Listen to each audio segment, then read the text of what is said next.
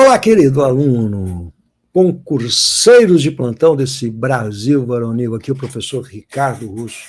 Esse vídeo a gente vai conversar sobre o edital MPU, mas é óbvio que eu vou tratar exclusivamente da importância da redação para você entender, e essa é a grande dificuldade, qual a função da redação nesse concurso, como é que são esses critérios de avaliação e quais são os temas possíveis para o MPU.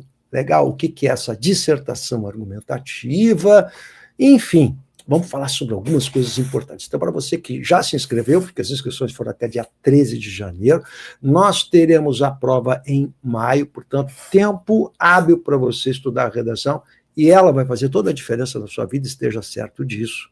Legal? Portanto, se você ainda não se inscreveu, entra no meu curso Jornada de Redação, que você vai encontrar lá o quê? Um módulo específico com temas FGV, você vai poder treinar. Ou seja, você vai ter aula comigo, a parte teórica, e depois vai poder treinar a parte prática fazendo a redação, porque sem treinamento, meu querido, não adianta nada, não adianta querer treinar no dia da prova, como todo bom brasileiro, legal? Até porque a redação é que é super importante. Então não adianta você deixar para depois, perder tempo fazendo recurso administrativo, tempo e dinheiro, né? O importante é você investir isso na redação, né? No treinamento de redação. Aí depende, quanto tempo eu preciso ter para treinar para uma redação? Depende do seu ponto de partida, depende de quanto tempo você está sempre a redigir, quanto tempo você não produz textos, enfim, tudo vai depender do candidato, evidentemente. Legal? Então, nós vamos dar uma luz bem específica relacionada aqui ao nosso querido edital do MPU. E eu quero mostrar para vocês como a redação ela vai ser decisiva, como sempre tem sido, não há nenhuma novidade, né? A redação ela tem sido extremamente importante e decisiva nos concursos públicos, né? O peso da redação é bem importante. Então, a primeira coisa é quanto vale a redação MPU? 40 pontos. Quanto valem as questões objetivas? 80 pontos. Então, o cálculo que você tem que fazer qual é? 80 mais 40. Você vai fazer uma prova que vale 120 pontos. Essa é a conta que você tem que fazer. Lembra que o candidato tem que ser pragmático, objetivo. Isso é uma função importante. Não adianta você ficar estudando se você não tiver método de estudo, e o método de estudo pressupõe, basicamente, você saber quais são as suas metas, né? Então, a sua meta é 120 pontos. Esse é o paradigma, esse é o formato. Desses 120, 40 vale a redação. Então, vale um terço da nota, 33,32, é uma periódica. Legal? Então, um terço da nota é a redação. Logo, você fica lá, estudando a parte objetiva e deixando a redação para o final, não vai rolar. Por quê? Porque vale um terço da nota. Olha a importância da redação. E é o único momento que você vai ter que produzir conhecimento. Quer dizer, você vai ter que organizar texto, não é só... E é ao contrário do que você pensa, né? Não é só, eu escrevo bem, eu escrevo mal. Há uma série de habilidades envolvidas na redação. A primeira delas é você interpretar a proposta, é você ter conhecimento sobre a proposta, é você saber organizar e planejar um texto dissertativo dentro da estrutura do texto dissertativo. E, por último, aí sim, é você partir para a escrita, período sobre período, oração sobre oração. Então, são vários mecanismos, não adianta nada você escrever bem se você não sabe o que é uma redação em prova de concurso público. Isso acontece com boa parte dos candidatos com boa formação, que acha que escrever uma tese ou escrever uma dissertação na universidade é a mesma coisa que fazer uma redação para concurso público, é outro tipo de texto, por isso você precisa treinar. Legal? E saber como é. Se você tiver um bom desenvolvimento textual e uma boa prática de texto, é fácil, rápido e funcional, mas você vai ver que alguns detalhezinhos vão alavancar a sua nota. Então, vamos lá. Essa redação vale, portanto, 40 pontinhos, tá ligado? 40 pontinhos decisivos na sua vida. Ou seja, qualquer pontinho a mais ou a menos vai fazer uma diferença fundamental na sua classificação. Isso todo mundo já percebeu. Como é que é dividida a nota? Olha só, há critérios de avaliação FGV, e eu acho que aqui as brigas que nós estamos tendo com o SESGRAN-Rio em relação ao CNU, em especial todos os laudos que eu tenho feito, tanto judiciais quanto também como recursos administrativos, mostra que alguma repercussão boa deve ter em todo esse sistema. Por quê? Porque a FGV colocou aqui bonitinho quanto vale cada item. Olha só como está bonitinho isso aqui, olha só. Você quer ver uma coisa? Trata-se de uma dissertação argumentativa, 30 linhas, então, aquele padrãozão de redação argumentativa. Tá, o que é uma redação argumentativa? Faz meu curso que eu explico, mas acho que eu vou dar umas diquinhas aqui importantes, segura aí. Legal? Antes, vamos dar uma olhada nesse quadro. Ó. Você tem 40 pontos divididos em duas partes, né? Parte 1, parte 2. A primeira parte é a estrutura textual global, que é a parte mais subjetiva de avaliação. Né? A segunda parte é a parte de correção gramatical. Ela é mais técnica e mais objetiva, ou seja, está na superfície do texto. Um erro de gramática é um erro de gramática, errou crase, errou crase. Né? Não tem subjetividade, ou melhor, quase não tem subjetividade. Subjetividade sempre vai existir. Né? Então, essa primeira parte ela é mais subjetiva, que ela é dividida em 2 tópicos, cada um vale a mesma coisa, que são 14 pontinhos. Então, quando você estiver estudando, seu objetivo é conseguir os 14 pontos nesses 2 tópicos. Assim. Ou seja, na primeira parte você tem que pontuar plenamente, você tem que acertar os 28 pontos. Colocou isso na sua agenda aí? Então, você tem que ter 28 pontos na abordagem ao tema e na progressão textual. O que seria a abordagem ao tema, professor? A gente está falando, portanto, de uma dissertação argumentativa. Considera a capacidade do candidato selecionar argumentos convenientes ou aspectos mais importantes dentro do perfil esperado. Ou seja, dado o tema, aqui vai se examinar se você interpretou, olha como é uma questão interpretativa antes de mais nada, interpretou corretamente o tema, se a abordagem está correta. Se você selecionou argumentos que conversam com o tema proposto. Então, você vai pegar aquelas palavras-chave da proposta e as palavras-chave da proposta vão ter de aparecer na sua redação. Essa é a abordagem completa do tema. Legal? A progressão textual vale também 14 pontos, item B. Considera a capacidade do candidato mostrar coesão, coerência entre os parágrafos, portanto, a evolução temática, uma coisa ligada à outra, é como você monta as ligações, é isso que eu mostro sempre para os meus alunos, que uma redação é ligação. Como é que você liga uma coisa a outra sem dar pulos nessa ligação? Legal? Então, tem de ser uma evolução temática. Então, a capacidade do candidato mostrar coesão, coerência entre os parágrafos, então os parágrafos têm que ter... Isso é planejamento de texto, né? Isso é o que eu falei, ó, planejamento. Componentes do texto por ele redigido, assim como a distribuição do tema e a evolução adequada de suas partes. Olha como é subjetivo isso, né? Então, a progressão textual é como o seu texto avança. Então, por exemplo, né, vamos pegar um caso clássico, né, em que você vai fazer uma análise causa-efeito, né? Então, você vai ter uma evolução causal em que você vai mostrar a causa do problema e a consequência dele. Causa, consequência é uma progressão textual. Do geral para o particular ou do particular para o geral. Eu começo com um exemplo particular e depois eu generalizo. Aí é uma progressão textual. Ora, isso está dentro do planejamento. Exige que você tenha, portanto, treinado os vários tipos de progressão textual, não é no dia da prova que você vai resolver fazer isso, e tudo também vai depender do tema proposto. Mas isso é que é progressão textual, uma coisa ligada à outra dentro de uma evolução que existe dentro de uma lógica do texto, né? Posso começar com um exemplo remoto e chego no exemplo atual, então do remoto para o atual, legal? Do distante para o próximo. Então há várias formas de você trabalhar progressão textual, mas isso você precisa treinar. Legal?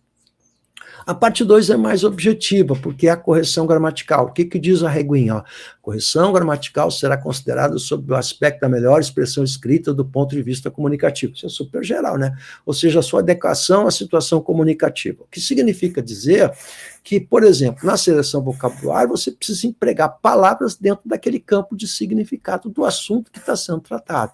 Vamos ver o que diz aqui, ó. Considera problemas de inadequação vocabular. O que é inadequação vocabular? Quando dentro da frase você coloca uma palavra que não fecha dentro do contexto, né? Uma palavra que cria ruído de comunicação porque ela está fora do contexto ou foi mal empregada. Isso é o que a gente chama de uma inadequação vocabular. Dentro dessa inadequação, você não pode usar coloquialidades. Eu vou dar um exemplo bem simples, né? Você colocar, é preciso que o governo dê um jeito de resolver o problema. Parece que o cara está na pizzaria jantando com a família, né? Então, eu não posso dizer, vou dar um jeito. Isso é uma inadequação. Você precisa usar isso adequadamente dentro do contexto da redação. Então, é preciso que o governo encontre uma forma de resolver o problema. Olha só como é outra frase. Legal? Então, a adequação vocabular também, de você não usar coloquialidades e informalidades, não é? Que são comuns na oralidade, no dia a dia, perceber que você está diante da norma culta, o que não significa dizer que você tem que usar palavras complicadas, isso é outra coisa. Você não vai usar palavras complicadas, não se trata disso. Você não pode usar palavras da sua coloquialidade, comuns na comunicação diária oral. A oralidade ela é coloquial, mas a escrita exige uma certa formalidade. Mas não confunda a formalidade com usar palavras pouco usuais. Não é? Não, eu sou advogado, eu quero usar termos latinos. Não cabe aqui, não é isso. Não se trata disso. Você vai usar palavras correntes, mas palavras atreladas à formalidade, uma linguagem mais formal, porque a linguagem escrita exige essa formalidade. Né? A questão dos parônimos, eu uso, por exemplo, parônimos, o uso correto de, vou dar um exemplo, em vez de e ao invés de, que são coisas diferentes, né? Usar corretamente, né? Retificar, ratificar, né? Emprego de palavras gerais por específicas, palavras gerais por específicas, emprego de vocábulo, portanto, usar vocábulos mais específicos daquele campo de significado. E a gente tem que ver o que são os campos semânticos ou campos de significado. Então, se você estiver falando de meio ambiente, isso é como se você fosse apertar uma teclinha no computador, o Enter, e surgisse na tela do seu computador palavras relativas ao assunto meio ambiente. Legal? Então, são palavras daquele campo de significado, não é? E usar palavras mais específicas. Por exemplo, a palavra problema é uma palavra muito ampla, muito geral. Né? Quanto mais geral forem as palavras que você está usando, menor será o seu vocabulário. Né? O seu vocabulário é grande quando você usa palavras específicas, certo? Então, pessoas, por exemplo, é uma palavra muito geral, mas cidadão já é uma palavra mais específica. Legal? Então, se você vai fazer uma redação sobre meio ambiente, vai aparecer a palavra preservação e as palavras desse campo semântico, Então, olha como isso é um pouco mais subjetivo, mas quem está acostumado, e por isso que é importante você treinar redações e ler textos específicos para criar os campos de significado e fazer redações de grandes assuntos aí do momento, que são possíveis. Nós vamos ver daqui a pouquinho quais são os assuntos possíveis. Né? Legal? Então, aqui é uma questão de vocabulário. Né? Volta a falar em variação linguística, então é usar a variação norma culta, legal? E não marcas de oralidade. Eu dei o exemplo do jeito que é uma marca de oralidade. Legal? Bom, então, inadequação vocabular, variação linguística, emprego correto de homônimos, parônimos, tudo isso dentro do vocabulário, tá bom? Norma culta agora. A norma culta é mais objetiva, né? Porque considera problemas gerais de construção fasal do ponto de vista comunicativo. Quer dizer, o que a gente tem aqui, basicamente? Né? Crase, regência, toda a morfossintaxe, crase, regência, concordância, pontuação. Não especifica aqui quanto desconta cada erro, tá? O Sebrasp faz isso com mais precisão. Não especifica aqui. Legal? Mas isso vale 8 pontos. Perdão, dedução por erro está aqui, ó. Perdão, estou falando mal dos caras aqui, ó. Está lá a dedução por erro, ó. Cada erro desconta 0,8 dos 8 pontos de norma culta. Então, se você tiver 5 erros, você vai perder metade da nota. 4 erros, você perde metade da nota, né? Legal? 10 é 5, né? Porque vale 0,8, né? Então, 10 erros, você zera a questão. Perde os 8 pontos. Legal? Então, olha só como é importante. Logo, o que você tem aqui para perder pontos? Na questão da norma culta, vamos imaginar que sempre a gente, de um modo ou de outro, erra uma vírgula, erra uma crase. Então, qual seria o nível de tolerância? 3 erros, por exemplo, seria um bom nível de tolerância. Você perder aqui 3 desvios, né? Legal? Então, daria 2,4 pontos você perderia, né? O que já é bastante, se a gente olhar. Mas, de qualquer maneira, 3,1 seria, digamos, o padrão de quem é aprovado. Eu estou falando daquele aluno que está lá na topzera, ele é que nos serve de modelo, né? Até 3 desvios, legal? Mas seleção vocabulária a gente não pode ter erro, progressão textual a gente não pode ter problemas, e a abordagem do tema também a gente não pode ter problemas. Né? A gente tem que tentar a pontuação máxima no treinamento. É mais ou menos isso. Bom, é muito importante que você conheça as regras do jogo para você saber como funciona a brincadeira toda, legal? Então, vou deixar aqui, quietinho aqui, esse padrão. Esse padrão aqui tem que ficar bem presente quando você estiver treinando. Ou seja, quando você fizer a redação, a correção que tem que ser feita tem que ser baseada nesse padrãozinho aqui. Legal? Então, é de 0 a 40 e descontando. Olha, teve um erro de crase, desconta 0,8. Legal? Um erro de crase, descontou 0,8. O que representa 0,8 em 40 pode ser o 0,8 decisivo na aprovação. Por isso que, no treinamento, tem que se verificar quais são os seus erros recorrentes de gramática para tentar conter esses erros o máximo possível. Né? Então, sempre é diminuir o dano, porque o desvio gramatical numa prova de concurso público, quando você tem 1 hora e 15 minutos para fazer redação, ele vai acontecer, mais ou menos inapelável, né, gente? Mas a gente tem que saber fazer a hipercorreção, por isso que é o treinamento. Aí eu ensino como é que você faz uma hipercorreção, depois de ter feito tudo, dá um tempo, aí você volta para olhar, para ver se não tem nada fora do lugar. Legal? Então tá aí, você tem 40 pontinhos para disputar em 120, que vale a sua prova de redação. Bem entendido até aqui? Vamos lá. Agora vamos para a segunda parte, rapidinho, para ajudar você a pensar sobre isso.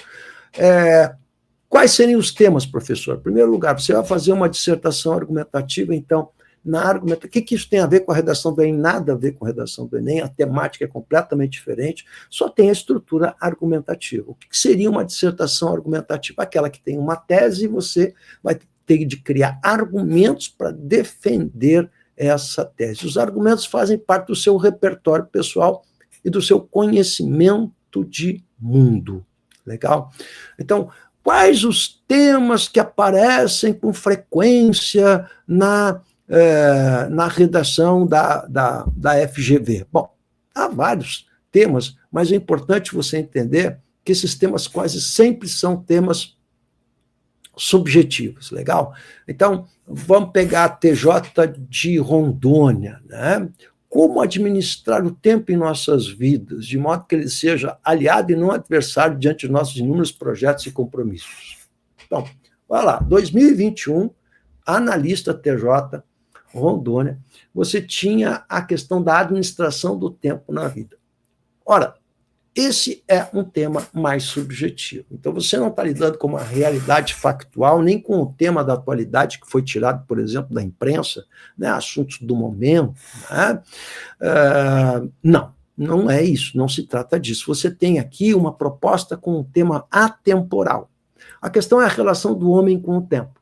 Legal? Sempre eles colocam um texto reflexivo para ajudar você na montagem, mas é um pequeno texto, então não é um recorte de textos como acontece no Enem, que você tem uma série de textos e dos textos você então tira exemplos. Não, há um textinho orientador, uma referência, mas é um texto pequeno. Legal? Então aqui, basicamente, você tinha que abordar a questão do tempo. Como o tempo, qual a importância do tempo em nossas vidas, né?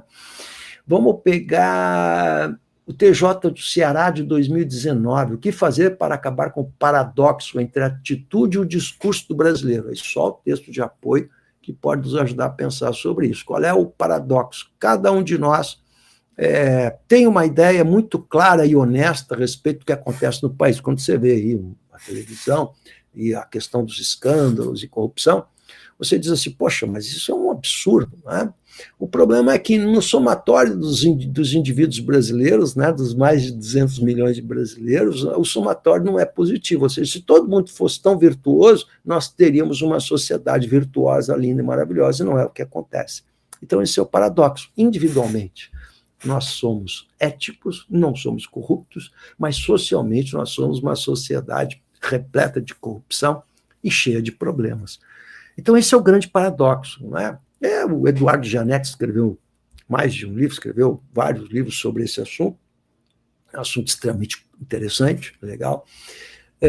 O texto, então, aborda essa questão reflexiva do comportamento cidadão brasileiro. Então, você tem cidadania, a questão as grandes questões relacionadas à questão do tempo, ao homem moderno, ao homem urbano, o que aflige o homem urbano, são temas reflexivos, gente. Então, muito diferente da temática, por exemplo, do Enem, que é uma temática objetiva e concreta, que traz um problema que você aponta uma solução. Então, aqui não tem solução a ser apontada, porque é um texto reflexivo. Há candidatos que gostam de trabalhar temas mais reflexivos e outros que têm dificuldade, mas isso é preciso treinar. Então, o perfil da FGV é buscar uma referência bibliográfica, ou seja, inspirado num livro, legal, e não na imprensa, e não em notícias da imprensa, mas livros que trazem assuntos mais reflexivos. Portanto, não são assuntos factuais, não vão tratar dos assuntos que estão na moda, que saíram nos telejornais, por exemplo, não é isso, são temas atemporais. Por exemplo, o comportamento do homem urbano. Vou dar um exemplo muito bom, né? A questão da nossa relação com a tecnologia. Hoje, o que a tecnologia, o celular, as redes sociais trazem para o nosso comportamento, né? Então, eu posso tentar relacionar, falar sobre a solidão do homem urbano e como as redes sociais podem minorar ou piorar essa questão da solidão do homem urbano. Você está vendo como é altamente reflexivo? Logo, não adianta você pensar em redações pré-prontas, do tipo esqueleto, não funciona com temas reflexivos. Não. Você vai ter de treinar esses temas reflexivos. Primeiro, pegar quais são os grandes temas dentro dessa caixinha do reflexivo que nos levam ao pensamento do homem moderno, do consumismo, por exemplo, né? do impulso para o consumo, os danos do consumo para o meio ambiente. Olha que boa relação. Então, esses são temas bem interessantes voltados para o MPU, que precisam ser treinados. Legal? A proposta de redação é pequena, simples, reflexiva, e a gente tem que treinar esse tipo reflexivo dentro de um texto argumentativo. Então, se a gente for trabalhar a questão das redes sociais e como ela impõe a solidão ou não ao homem urbano, de que maneira ela pode ser vantajosa ou não, eu preciso ter uma ideia pré-formada sobre isso, né? O que eu penso a respeito disso. Legal? Para justamente formatar uma tese, que seria a ideia de fundo, aquilo que eu defendo. E aí, o que o avaliador vai verificar? Como você organiza as suas ideias e como você consegue aprofundar essa temática com seus argumentos, que são seus repertórios, aí a sua leitura de mundo, a sua compreensão de mundo, é a sua bagagem. E tem gente que tem uma bagagem muito grande, tem outros que têm pouca bagagem. Portanto, essa bagagem vai ter uma implicação muito importante na progressão textual, nos argumentos que você vai trazer, especialmente nessa primeira parte aqui, dessa tabelinha aqui. Legal? Então, a primeira tabelinha que vai analisar muito a questão do conteúdo, a primeira parte da tabelinha é a questão do conteúdo, da progressão semântica, da ligação entre as partes, os argumentos pertinentes, está na primeira parte da tabelinha aí. A segunda parte é textual, está na superfície do texto, né? Você está vendo? A questão do vocabulário, da gramática, eu vou olhar se tem crase, se não tem crase, vou olhar se você está usando um repertório, uma linguagem adequada, isso está na objetividade do texto. A primeira parte é que entra toda a questão do conteúdo, da organização das ideias, legal? Então, é bem mais subjetiva. Tudo isso precisa ser treinado. Beleza? Espero ter ajudado você aí a pensar sobre o MPU. Estou deixando para você aqui mais informações a respeito do meu curso lá com um módulo prontinho de FGV para ajudar você a fazer essa prova do MPU. E se você tiver dúvidas, fala comigo, a gente está sempre à disposição. Tamo junto aí.